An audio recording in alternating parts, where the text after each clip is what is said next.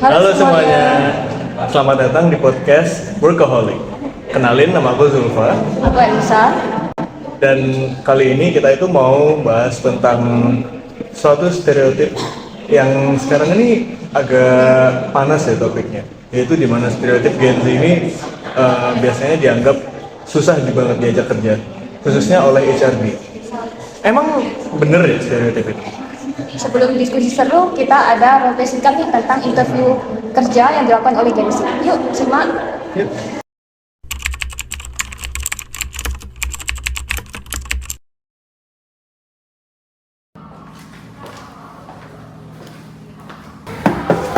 Permisi Bapak. Ya. Iya, saya Leli Pak. Oke, silahkan duduk Mbak Leli.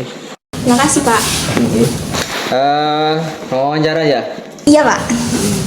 Oke, saya lihat dulu ya berkas-berkasnya ya. Oke, saya baca dulu Mbak Leli ya.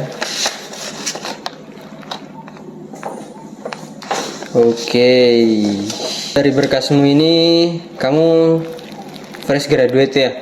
Iya Pak, saya fresh graduate. Oke, coba karena kita baru pertama kali ketemu Mbak Leli ya. Coba deskripsikan dirimu. Gimana Mbak Leli? Ya, perkenalkan saya Nur Laili. Saya umur 22 tahun Pak. Kebetulan baru lulus dari baru jadi sarjana S1 di agribisnis.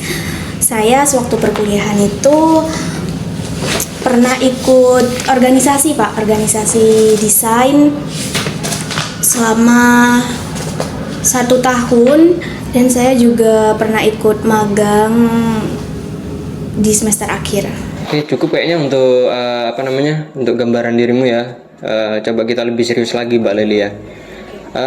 Di sini saya baca ya, di kurikulum vitae-mu ini kamu IPK-nya cukup bagus ya. Terus saya melihat di sini sepertinya ada kecocokan antara bidangmu sama yang kamu lamar gitu. Coba saya pengen tahu ya, 3 bulan pertama nih misal kami terima kamu Mbak Leli, itu kontribusi apa yang akan kamu berikan kepada kita gitu? Di 3 bulan pertama ya Pak, 3 bulan pertama saya akan membantu dari digital marketingnya Pak. Saya bisa membantu buat konten-konten pemasaran yang bisa di TikTok. Terus saya juga bisa, kebetulan saya di agribisnis itu bisa menganalisis data pasar. Jadi itu mungkin pasti dibutuhkan sama perusahaan. Saya juga tipikal orang yang gampang mempelajari hal-hal baru di kantor. Istilahnya itu gampang beradaptasi Pak. Saya juga sering bertanya ke yang lebih berpengalaman agar saya bisa memastikan bahwa pekerjaan saya itu sudah sesuai dengan standar perusahaan. Oke, jadi kamu mau pilih yang mana? Konten apa analisis? Kalau ditanya mau pilih yang mana, sebenarnya saya lebih ke kontennya Pak. Tapi saya bisa melakukan dua-duanya. Oke, misal nih selanjutnya nih ya, kamu saya terima Mbak Leli ya.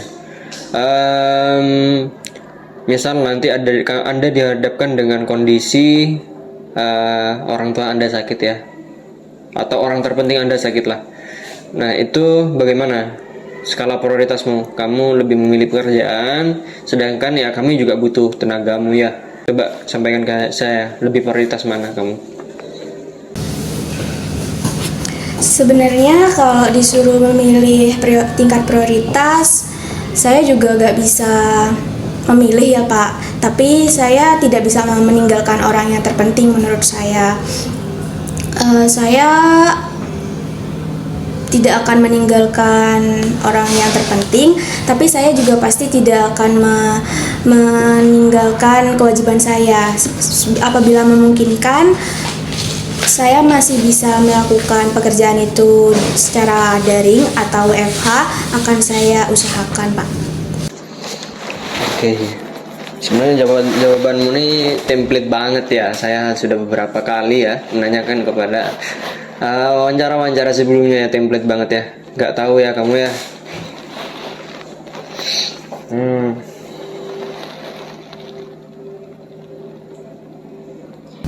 Saya sebenarnya memang nggak berpengalaman ya Pak di bidang, maksudnya pengalaman saya kurang di sini. Tapi saya mau belajar untuk apabila diberi kesempatan, saya akan belajar lebih dalam terkait di perusahaan ini. Iya, iya, iya. Oke, Mbak Leli ya. Sepertinya wawancara kita cukupkan saja ya. Nanti saya kabari Mbak Lel gimananya ya. Iya Pak. Nanti saya keep dulu nih berkas-berkasmu ya. Ya silakan boleh meninggalkan ruangan Mbak Lel ya. Silakan. Terima kasih ya Pak. Nah kan kita udah lihat nih adegan tadi. Nah kalau situasinya kayak gini nih, sebenarnya siapa sih yang salah? Perusahaannya yang terlalu keras atau yang pelamar kerja yang terlalu kurang berpengalaman? Nah menurut kalian gimana? Untuk menjawab semua itu, hari ini Zulfa kita kedatangan 2 tamu spesial dari mahasiswa Gempsi yang sudah berpengalaman kerja. Hai Kak. Hai. Ya, sebelumnya perkenalkan aku Dimas Jaki, biasa dipanggil Jaki. Aku mahasiswa agribisnis semester 6. Halo, aku Joy. Aku mahasiswa agribisnis semester 6 juga. Nah, sebelum kita mulai basa-basi sedikit ya. Kalau buat Kak Zaki sama Kak Jo ini kan sekarang masih mahasiswa ya. Kalau kesibukannya kalian sendiri sekarang selain kuliah aja apa? Oh, kalau dari aku sendiri kesibukannya selain ikut organisasi, jadi aku ikut organisasi paduan suara di tingkat fakultas. Terus selain dari organisasi, aku juga ada sampingan jadi guru les piano, tepatnya piano untuk keyboard untuk anak-anak SD gitu. Buat teman-teman yang punya adik yang interested sama main instrumen bisa hubungi Kak Joy ya. Jember only. Iya. Ya, kalau dari aku sendiri ya, sekarang untuk kesibukannya ya cuma kuliah reguler seperti biasanya karena udah nggak aktif lagi untuk ikut organisasi atau kepanitiaan lainnya. Oh iya, sekarang semester 6 udah mulai fokus ke tugas akhir ya soalnya. Ya, udah fokus ke skripsi sekarang. Iya, benar. Nah, sekarang kan kita udah kenal nih sama 2 tamu kita. Kenalin, ada Kak Zaki dan Kak Joy. Mereka ini mahasiswa Gen Z yang mereka ini udah berpengalaman kerja selama kuliah ini. Untuk Kak Joy, pernah kerja di mana dan di posisi apa? Kalau untuk kerja, karena kita masih mahasiswa ya, jadi kalau kerja sendiri pengalamannya aku dapat dari kegiatan magang. Nah, magang ini aku lakuin di 45 hari. Nah, di sebuah instansi pemerintah di bidang pertanian. Nah, instansi ini tuh kayak melakukan sertifikasi dan pengawasan benih pangan, horti. Nah, di situ tuh aku selain kerja di kantor juga aku megang di lab. Jadi kita kan mahasiswa agribis ini kan jarang banget ya. Aku nggak pernah pergi ke lab, nggak pernah pegang tools alat-alat di lab. Nah, di sini tuh aku kayak pertama kali tahu pengujian benih padi gitu, benih jagung, daya berkecambah. Kayak gitu sih, secara teknis kita mungkin secara teori mungkin dapat dari kampus ya, tapi kalau praktiknya itu aku dapat lebih lanjut di sini. Nah, kan Kak Jo ini sendiri mahasiswa agribisnis ya, dan yang kita tahu itu tadi katanya Kak Jo juga nggak pernah nyentuh lab secara langsung gitu. Nah, waktu kerja itu apa dapat bagian lab gitu, dan misal dapat itu gimana? Apa nggak keberatan? Untuk first time-nya pasti pas disuruh nyoba di lab itu bakal kaget, kayak nggak bisa. Aku nggak bisa, belum pernah di lab nih, belum pernah. Tapi kebetulan puji Tuhannya tuh orang-orang pengawas atau petugas di instansi tersebut itu sangat suportif, terus baik-baik banget. Jadi mereka itu kayak bantuin aku, terus kayak kasih percaya diri, kasih kepercayaan buat kita lebih tepatnya anak mahasiswa yang ikut magang itu buat ayo berani cobain dulu, berani coba. Nanti bakal diajarin kok gitu. Jadi aku di sana tuh secara apa ya, teknis itu bakal diajarin pertama gitu. Nanti selanjutnya bakal dikasih kepercayaan gitu. Jadi aku juga kayak merasa ada tanggung jawab. Oh ini loh aku dikasih kepercayaan, berarti harus bener aku kerjanya gitu. Jadi selama di sana Kak Jo ini nggak megang lab doang, tapi di Yes. divisi-divisi lain juga? Selain di lab, aku juga ada gantian rolling di sertifikasinya. Jadi aku nanti juga megang-megang dokumen, terus kadang juga pergi ke produsen-produsen benih gitu, kayak ikut ngambil PCB. Nama PCB itu kayak pengambilan contoh benih padi, ya benih jagung, ya pangan dan horti gitu. Kebetulan sih kemarin aku cuma ngambil pangan aja ya, yang lagi apa ya, lagi musim panen itu kebetulan cuma di pangan gitu. Jadi seringnya tuh pasti padi sama jagung, kayak ngambil contoh benih. Itu awal banget itu kayak oh kayak gini ya, kalau kita ngambil contoh benih ini caranya gini loh, ada stepnya, nggak asal ngambil aja kayak gitu. Kalau Kak Zaki gimana? Nah, kalau aku sendiri itu kemarin aku juga magang di salah satu perusahaan yang ada di Jember, yaitu tepatnya di GMIT, yaitu Gading Mas Indonesia Teguh, yang bergerak pada industri dari hulu sampai hilir di Komoditas Edamame. Untuk posisi saya waktu magang itu saya ditempatkan di sebagian lead asisten produksi, yaitu untuk bagian lapangnya. Itu tuh biasanya bagian apa aja Kak? Untuk saya kegiatan di lapang itu mulai dari persiapan lahan, pengolahan lahan, kemudian pembibitan juga, kemudian ada perawatan hingga sampai ke panen. Berarti Kak Zaki ini kerja di lapangnya atau kayak di perkantorannya gitu Kak? Untuk kemarin tuh di lapangnya, kebanyakan kegiatannya di lapang. Oh, berarti kayak on farmnya gitu ya berarti? Ya, tapi nggak semua pekerjaan, misal kayak yang proteksi itu ada bagiannya sendiri. Kami dari field asisten produksi cuma melaporkan ke bagian field asisten proteksi untuk ditindaklanjuti, untuk terkait penyakit, untuk terkait hama, ataupun terkait gulma yang menyerang tanaman dan tanaman sendiri. Oh iya. Oh gitu ya berarti. Nah, ini sekarang aku mau bahas nih.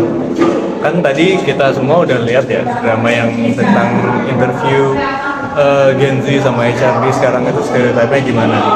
Nah, di situ kan ditunjukkan bahwa kayak sekarang itu banyak Gen Z yang kalau di interview kayak kurang pengalaman, terus mereka grogi. Emang kalau waktu itu kalian di interview itu emang semenegangkan itu ya? Kalau dari aku sendiri ya, untuk waktu magang itu juga ada sedikit interview sama HRD dari perusahaan tersebut. Kalau dibilang tegang ya karena pertama kali ya mestinya akan tegang, sedikit takut terkait apa yang ingin ditanyakan oleh HRD tersebut. Itu sih kalau aku. Mbak Joya gimana? Kalau dari aku sendiri, aku nggak bisa kayak generalisasikan itu untuk semua ya. Kalau untuk aku sendiri, interview itu memang kata yang menegangkan. Mungkin juga buat Gen Z yang lain itu juga menegangkan mungkin ya. Iya, Atau benar buat generasi sebelumnya juga bakal apa ya, interview itu bakal menentukan apa sih, bakal diwawancara apa gitu kan. Iya. Nah itu kalau untuk aku sendiri mungkin yang membedakan dari Gen Z sama Gen sebelumnya kayak milenial, boomers itu, karena Gen Z itu mungkin kurang dalam berkomunikasi. Komunikasinya itu dalam hal bahasa Indonesia yang formal ya. Iya. Gitu. Kalau kita karena sudah kayak terpengaruh kena bahasa-bahasa Iya, yang apalagi sekarang di sosmed kan bahasanya Iya. campur-campur, terus Iya, bahasa- jarang banget udah pakai bahasa baku kan. gaul, Iya. bahasa-bahasa baru itu kan bakal apa ya, selalu ada gitu loh. Iya, Nah kita tuh kena kayak gitu, jadinya tuh kayak takut salah. Padahal memang di interview itu memang kita memang diminta untuk apa ya, bisa apa ya, menceritakan ya diri kita itu kayak gimana gitu kan. Tapi memang takutnya kalau aku sendiri tuh di kendala cara berkomunikasi, terus mungkin attitude juga kurang ya. Kita kan juga Gen Z itu memang ada tuh masa kita di zaman COVID itu kayak terbelenggu apa ya, isolasi, kita nggak pernah benar-benar nggak komunikasi iya. sama dunia Padahal- luar sama sekali gitu ya. Padahal itu zaman SMA itu apa ya, kayak golden time buat anak-anak itu meranjak ke dunia lebih luas kan, kuliah itu kan lebih luas ya. Tapi karena di SMA kita isolasi itu jadi pembelajaran kita itu cuma di internet, di YouTube. Nah, sedangkan YouTube itu bahasanya kan juga Iya benar lagi. bayangkan dulu zaman-zaman Covid itu yang muncul itu kayak prank, konten-konten prank, kayak edukasi itu jarang banget. Jadinya kita ya mungkin itu juga menjadi salah satu faktor kenapa Gen Z sekarang itu kurang dalam berkomunikasi. Kalau itu dari aku ya, jangan generalisasi buat yang lain. Jadi menurut kalian bisa nggak dibilang bahwa Gen Z ini kebanyakan kurang pengalaman gitu? Lagi-lagi Itu tergantung individu iya. masing-masing Gen Z sih. Tapi memang kalau untuk komunikasi ya mungkin secara umum memang kurang daripada yang generasi sebelumnya. Kalau pengalaman aku rasa setiap individu pasti punya pengalaman berbeda-beda, pengalaman kerja beda-beda gitu. Kalau Menurutku ya, kalau individu kan mungkin ya tergantung balik ke dirinya sendiri masing-masing, bagaimana mereka menyikapi tantangan yang kerja yang ada sekarang sih. Selain itu juga ada stereotip tentang Gen Z itu malas. Menurut kalian yang gimana? Kalau menurutku, kalau Gen Z malas itu ya sebenarnya enggak ya. Kalau kami itu Gen Z itu kerjanya tuh lebih fleksibel aja sih.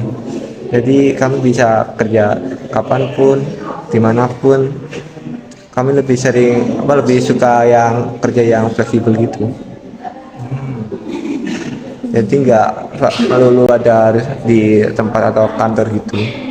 Kalau dari aku malas ya, kata malas nih memang aku juga bingung kenapa konotasi untuk menggambarkan Gen Z ini selalu jelek, terkesan negatif terus ya. Padahal kan Gen Z ini juga banyak banyak positifnya juga loh.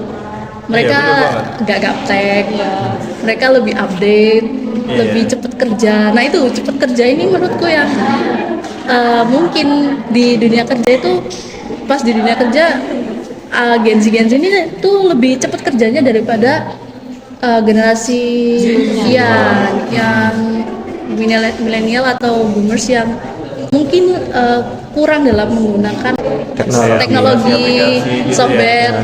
Sedangkan kita sudah nggak mungkin banget Gen Z itu ada yang nggak bisa megang HP sama laptop, operasikan software. Nah itu mungkin ya. Kalau positifnya kalau dari aku mungkin pas kerja itu kayak mereka lihat senior itu lihat, loh kok udah selesai, ini udah males nih. Soalnya kita mungkin sudah kerja selesai terus kita kayak ngopi atau gimana, kok udah selesai. Malah sebaliknya ya. Iya, Jadi padahal kita bukan males-malesan tapi malah kerjanya kita lebih efisien iya, dari lebih mereka cepat. gitu. Jadi pas terciduk aja kita kayak kesannya kayak Iya, benar, belum benar. kerja padahal nggak udah selesai gitu. Kalau mungkin ya, terus itu aja sih kayaknya. Kalau kesan malas itu ya ada kok, yang generasi sebelumnya juga ada yang males gitu kan. Jadi sebenarnya bukan di Gen Z aja ya, cuma Iya. for some reason kita kayak udah kecap seluruh generasi malas kerja, nggak mau kerja gitu. Nah itu aku juga bingung ya, kenapa cap itu kena ke kita. Nah. Itu entah karena pas di dunia kerja interview itu, atau pas di kerjaan itu perusahaan lihat itu kayak Gen Z itu males, atau emang Gen Z-nya sendiri yang kayak nge-up kalau kita itu males. Bisa jadi kalau Gen Z-nya sendiri yang nge-up kalau kita males kan, kayak buat stereotype kalau Iya, kita apalagi males. sekarang kan yang banyak bikin konten Oh, bikin biasanya konten kan? kita sendiri. Iya. Bisa jadi kan, jadi tuh ya aku juga bingung kenapa stereotip itu selalu muncul ke kita. Soalnya itu jadi kayak selalu kena ke semua gitu loh, padahal ada kok beberapa yang nggak kayak gitu. Iya. Oke, menurut kalian selain yang tadi yang masalah interview itu, ada tantangan apa lagi yang menurut kalian terbesar di dunia kerja bagi Gen Z? Nah, kalau menurut aku untuk tantangan kerja dari Gen Z itu mungkin ya persaingan kerja sih. Sekarang kan banyak perusahaan kan yang pakai teknologi kan. Ya mungkin dari perusahaan juga mikir daripada kita mempekerjakan orang yang umur produktifnya mungkin kisaran cuma 30 sampai 60 tahun. Kenapa kita nggak pakai teknologi aja yang mungkin bisa lebih lama umur produktifnya. Apalagi sekarang zaman sekarang AI itu udah mulai bisa dipakai buat apa aja, kerja apa aja dia udah bisa. Nah, menurut kalian ini gimana nih dengan kedatangan AI ini, tantangan besar banget nggak buat kita ke depannya? Itu ya tantangan terbesar buat kita sih sebenarnya untuk zaman sekarang ya, dibandingkan sama ya kita juga berkompetisi dengan teman-teman kita kan, saling berkompetisi. Tapi kan sekarang itu perusahaan dari ya kayak Kak Zaki bilang kan, daripada kita hire 200 karyawan, mending kita investasi untuk satu teknologi. Kita daripada kita hire 200 karyawan untuk produksi atau yang lain, mending kita investasi satu teknologi buat produksi kan. Kalau aku juga pikirannya kalau di dalam POV-nya perusahaan bakal mending kayak gitu, karena biaya untuk produksi juga nggak semakin besar.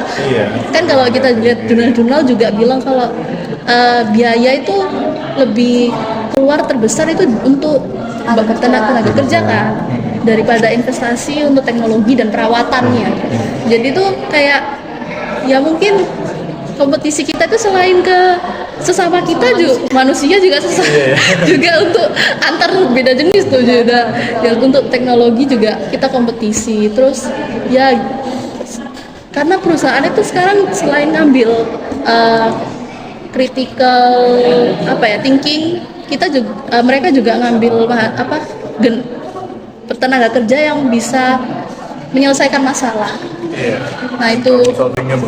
Nah yang biasanya kayak gitu-gitu yang jadi pimpinan. Nah mereka tuh jarang ngambil yang karyawan karena mending investasi buat teknologi kan.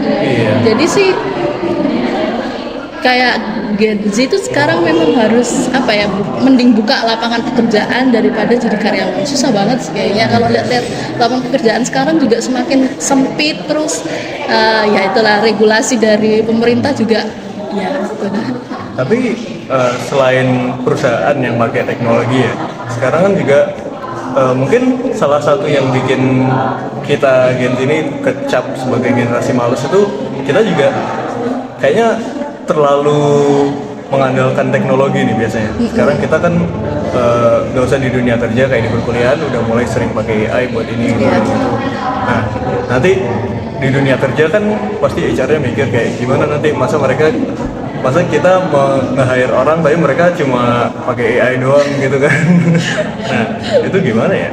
Itu hal yang sedih sih, tapi ya gimana, zaman tetap berkembang, teknologi juga berkembang, kita juga harus adaptasi cara menggunakan AI kan. Itu memang mau tidak mau memang kita butuhkan gitu AI itu tuh tools yang membantu kita. Nah itu tapi sekarang kebalikannya, jadi AI yang kayak ngoperasin kita gitu loh. Jadi kita kayak ketergantungan. Padahal harusnya kita yang bisa mengoperasikan atau bisa ngontrol gitu kan. Ya kalau menurutku, namun kan AI kan tidak dapat menyelesaikan semua masalah kita kan, karena AI kan juga tidak tahu kondisi lapangan atau kondisi yang sedang kita alami realnya itu gimana. Jadi kita nggak sepenuhnya dapat bergantung kepada AI juga sih. Kita dapat berpikir kritis sendiri untuk menghadapi masalah yang terjadi di lapangan. Nah, untuk itu kalian persiapan dirinya apa ya buat ngadepi dunia kerja, terutama kan ngadepin sama manusianya, terus sama teknologi juga. Keunggulan kalian itu apa yang sudah kalian persiapkan? Kalau dari aku ya, untuk selama perkuliahan ini ya banyakin aja sih kayak kegiatan yang di luar kampus untuk menambah pengalaman, seperti kayak magang atau kegiatan MBKM yang ada yang telah disediakan oleh pemerintah. Kemudian juga itu ikut organisasi supaya menambah pengalaman untuk soft skill di komunikasi atau kepemimpinan atau lainnya. supaya kita tidak hanya dapat teori dari kelas yang ada di kelas, namun kita juga ada praktek yang kerja yang di lapang juga. Jadi harus dari pengalaman yang emang benar-benar nggak bisa digantikan sama AI Ya, gitu ya. iya. Kalau dari aku, nah itu kan dari eksternal ya. Dari eksternal kita misalnya udah dapet nih pengalaman. Nah di kitanya tuh, nah pengalaman ini sadar apa ya, membentuk kita nggak sih gitu loh. Apa jadi kita harus tahu kenali diri sendiri dulu. Menurutku untuk menghadapi dunia kerja itu harus kenali diri sendiri dulu, karena di interview juga mostly bakal ditanyain kayak kamu itu kayak gimana sih, dirimu itu kayak gimana. Selain pengalaman ya, pengalaman bakal ditanya pasti dirimu tuh kayak gimana, karena itu dari interview tuh dan pertanyaan itu biasanya HRD atau yang interview itu bakal tahu, kenal kita. Dan kadang itu kayak dari situ juga apa sih yang menjual dari anak ini, dari kita itu apa yang menjual. Jadi karena kita sudah mengenal diri kita, terus value kita itu apa ya, terus kita bisa buktikan gitu pas interview. Nanti apa ya, dari interview pasti kayak, oh anak ini kayak gini, anak ini value-nya ini loh, beda dari yang ini yang kita butuhkan sekarang di perusahaan. Nah itu tuh, jadi memang harus kenal diri sendiri. Misalnya aku tuh anaknya bisa loh ngatur organisasi, atur tim kayak gitu. Itu tuh value-value yang sedang dibutuhkan di perusahaan. Personal branding itu jadi Iya. emang penting banget ya buat calon pekerja. Yes. Itu pesen ya buat kalian Gen-Z yang sedikit lagi udah masuk ke usia kerja nih. Serem banget. Nah, kalau gitu mungkin ini dari kita ada pertanyaan terakhir ya. Mungkin yang mau kalian sampaikan misal ke HRD atau orang-orang di dunia kerja sana tentang masalah-masalah ini itu apa? Kalau yang mau kalian bisa sampaikan apa aja nih? Kalau untuk teman-temanku yang seumuranku Gen Z, pokok kenali diri kalian dulu, diri kalian sendiri.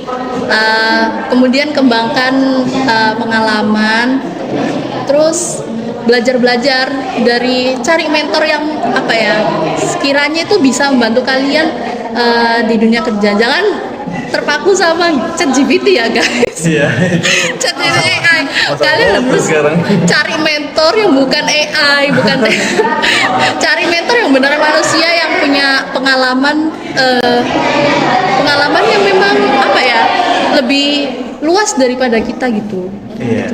Itu sih. Ya kalau dari aku ya mungkin seperti yang Kak Joy katakan tadi, untuk kenali diri sendiri, kemudian kita juga harus kenali perusahaan yang kita tuju, apa sih yang mereka butuhkan dari kita. Yang untuk itu kita harus ketika kita sudah tahu apa yang perusahaan butuhkan, kita kan dapat mempersiapkan mulai dari skill atau pengetahuan terkait dengan apa yang mereka butuhkan. Jadi kita juga harus dapat merubah mindset dari perusahaan HRD tentang Gen Z kita yang terkenal malas. Kita harus bisa buktiin bahwa kita Gen Z ini bukanlah generasi yang malas untuk bekerja. Lebih dari itu malah. Iya. Jadi guys, Gen Z itu nggak males, Gen Z bisa kerja. Gen Z cuma butuh sistem dua arah aja. Setuju Zulfa? Wah, setuju banget tuh. Nah, jadi buat pesan buat HRD ya, mungkin buat dunia kerja ini kalau mau ngambil pekerja itu lebih fleksibel lah ya.